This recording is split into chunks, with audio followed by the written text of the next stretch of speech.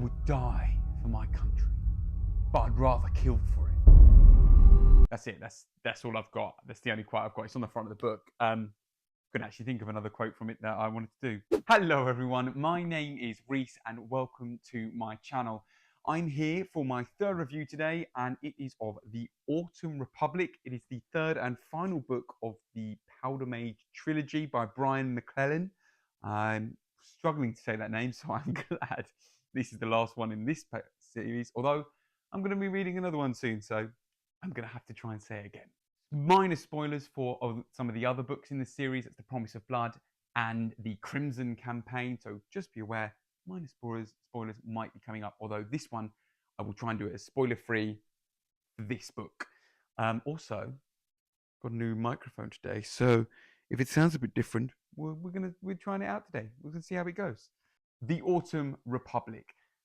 What are my thoughts on The Autumn Republic? I think good book overall. I enjoyed it.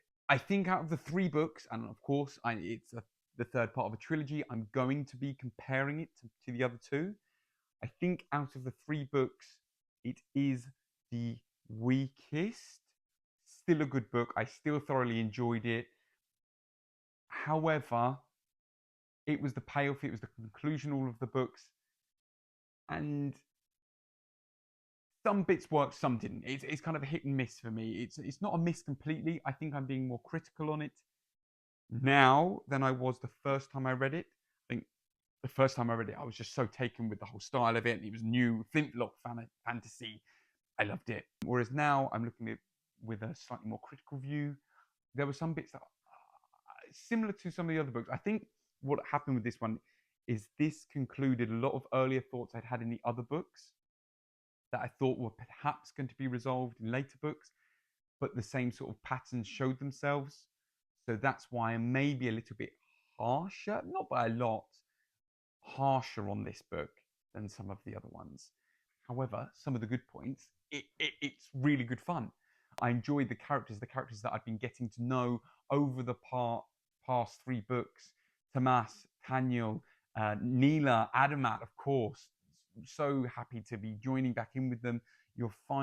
I'm so engaged with Tomas by this point, following along his story. You just want to know. I wanted to see more of him. Neela is actually really good. You get to see a lot more of her. I think at the beginning of this story, I had some slight, not issues with her character. I was so glad she had more character and she had a bit more balls behind her. I just think because from the last book to this book, it seemed like there was a sudden, very swift ramp, but not as much time skip. Basically, these books, from the second to the third, well, from the first to the second to the third, there's almost no time passing. There's maybe a couple of weeks maximum between them. So there's not a lot of time that you would think characters would change.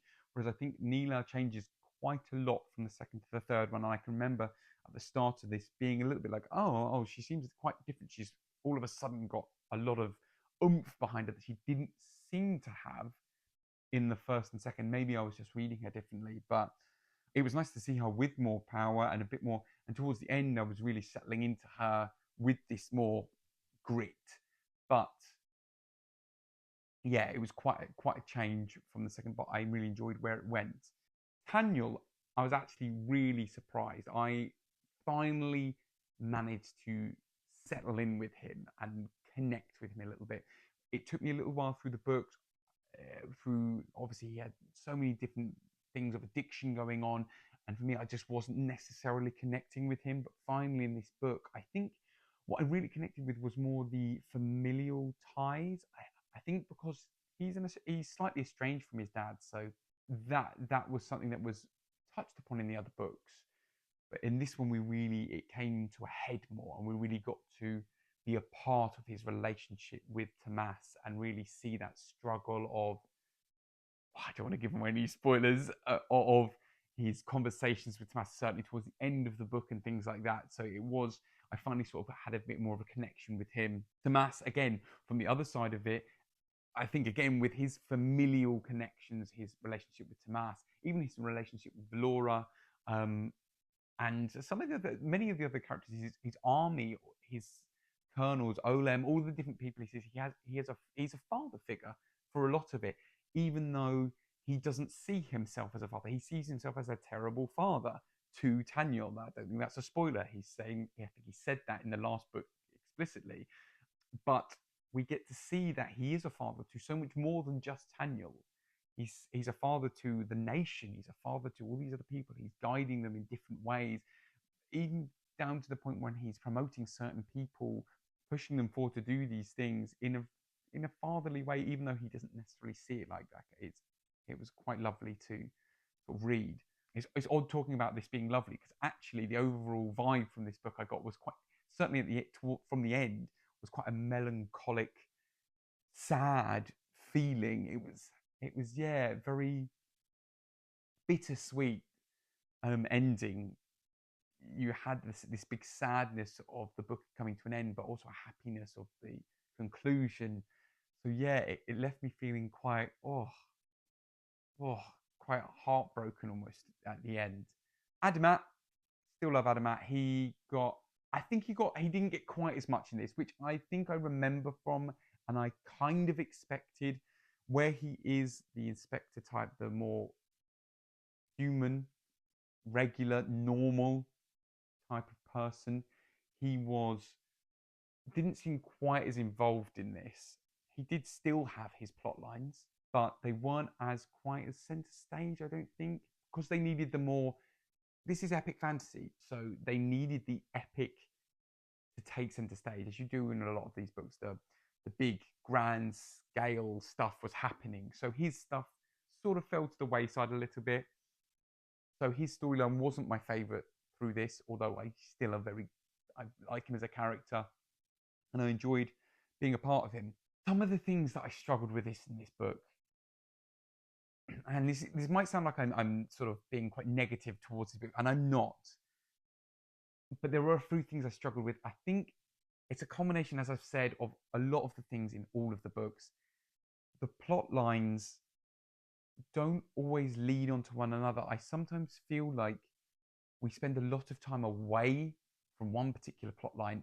The main plot line that I really had this gripe with was what was happening in Adro in this book, with what was happening with Claremont. That's a minor spoiler for the last book, not for this one. We already know he's there. We spend so long not there, especially at the start of the book, that by the time we get back round to it, I was like, what's going on? Oh, yeah, that's kind of a thing.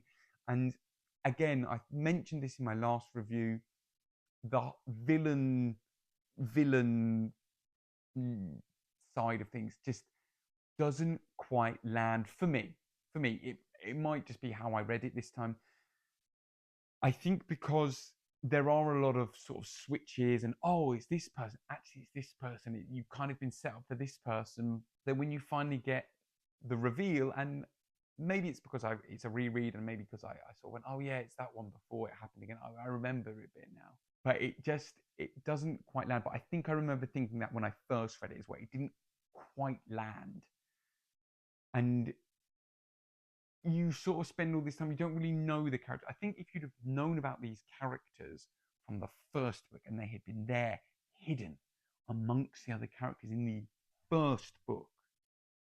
I know there's brief mentions of certain characters, but it's like one or two lines. It's not like you don't ever get to meet them until, certainly some of them until this book, partway through, and I'm kind of trying to remember, what am I meant to be caring about this storyline again? Oh yeah, okay, I'm there.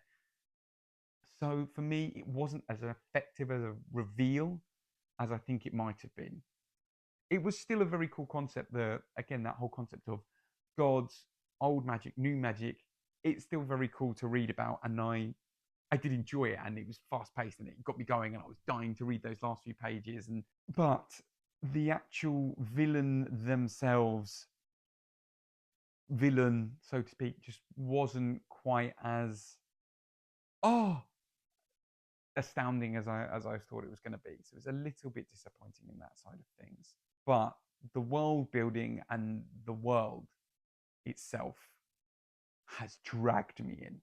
I am in. I want to read more about this. I have got the second series on order. I had to order it. I went to my local bookstore the other day, couldn't find it, so I've ordered it. It's on its way. So I'm very much looking forward to that because, again, we're going to learn more about Fatrasta. I can't, for some reason, I can't speak today. We're going to learn more about Fatrasta, I think, where Cupelli's coming from, because we learned, he tantalized us. He gave us something. We know a little bit about her. We know, but I don't know. I still don't feel like I know Cupelli. I think that's also where my disappointment is coming from, slightly. I don't feel like I got to a satisfying conclusion with her. I don't feel like I got that. That's what she is. That's what she's doing. We got even more mystery, even the gods, and she's so interesting. Some people out there might think, no, she's not. I don't care anything about her. But for me, she's so interesting. Even the gods can't explain her, don't quite know what she is. And there's this whole mystery, and it's amazing, and it's drawn me in. And that's what this book is brilliant at doing.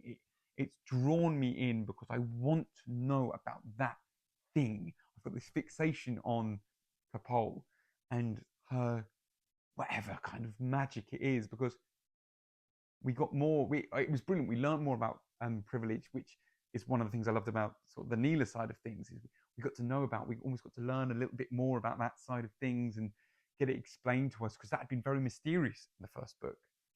So it was lovely to learn more about that. I just want to know about what she is doing, where she is from, and what her thing is going on. I'd love to know more about this world. So I'm very much looking to dive into that one. But we're talking about this one. I enjoyed it very much. It does rattle along still at a fairly good pace. Again, not as fast as the first one, but still a good pace. It has the same thing again as the other two, where it sort of seems to start a bit with almost an act 3. This was not quite as explosive as the other two, but still kind of an act 3. I think something that I slightly struggled with that kind of setup is that I would get to the end of the actual book and I've remembered everything that's happened, because we've had this whole build and this whole finish and this whole climax. Like, what was happening at the start again? Because it's almost disconnected from what happened in the rest of the book. And this one, yeah, there was that kind of thing happening as well, because I remember reading that I was in the first 100 or 200 pages or something like that, and I'm like, this kind of feels almost like the end of a story. And I was like, what happens in the rest of it? Because I couldn't remember. And I think that is my overall feeling with this book. I don't know if I'll remember it in a few weeks, months, years' time. Whereas there are some books that I read and I'm like, I can remember every blow by blow. And the first book of this, I know what's happening. I remember what happened there. The second book of this, I can remember the main thing that happened in there, the main bulk of it,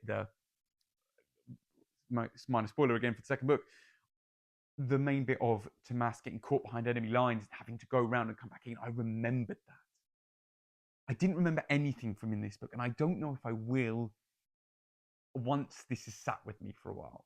And that's where it's not quite as good as the first two. It is still very good. I know I sound like I'm hating on this a little bit. I'm not. It's still brilliant. It still catches me in. It's still exciting to read. It's still an exciting world to be in. But I think just my overall feeling is it's a little bit more forgettable. The sequences that happen, some of the plot points that happen, the villain, just a little bit more forgettable. I think that's my overall feeling. Oh, one thing I did really like was the conversations that we have with gods. Not technically we, but the characters have with gods. I love the feel of these characters, that they're like nonchalantness for these dire situations, that they're sometimes just sort of blasé walking. It does give you this sense of power. It does give you this emphasis that these beings, like, oh, hello, all of you main characters, who, from a reader's point of view, you're kind of going, well, they're not going to die. All the main characters in this room. It's that kind of almost that plot armor thing, but not in a bad way. That plot armor thing of, all the main characters are here. They're not all going to die. And then all of a sudden, like, a god just walks in and you're like, oh, well, if they're not going to die because they're the main characters, you could die and you've just walked in and have no fear. And we have these conversations. I did really enjoy those moments. Those were quite fun scenes to be a part of. That's just like a little extra thing. That those will stick with me, I think. Those are the things that I will remember from this, because that's something I really, really enjoyed. The Autumn Republic, it's a really good conclusion to a great series. I think I'm going to leave this on. Part of me, it's not as good as the first one. It isn't as good as the first one, but it's really good. Because I gave the first one a 4. Maybe I'm tying myself in. So I'm thinking I'm going to have to give it a 3.75. So it's so close to a 4. It's a 4. I think depending on my mood, it's a 4. I think I'm giving it a 4. I'm a nice person. It's a 4. It's a 4. I'm not giving this a 3.7. It's a 4. It's a 4. 4. 4. I've convinced myself. So now that I've finished this, I am going to be moving on to the next series, which is of Gods and Empires, I think it's called. But in between that, I've got a little palate cleanser. I'm going to be trying some Terry Pratchett. I've never read any Terry Pratchett. So if you want to follow along, please like the video, subscribe, click the notification bell, all of that stuff. And I will see you in the next video. See ya.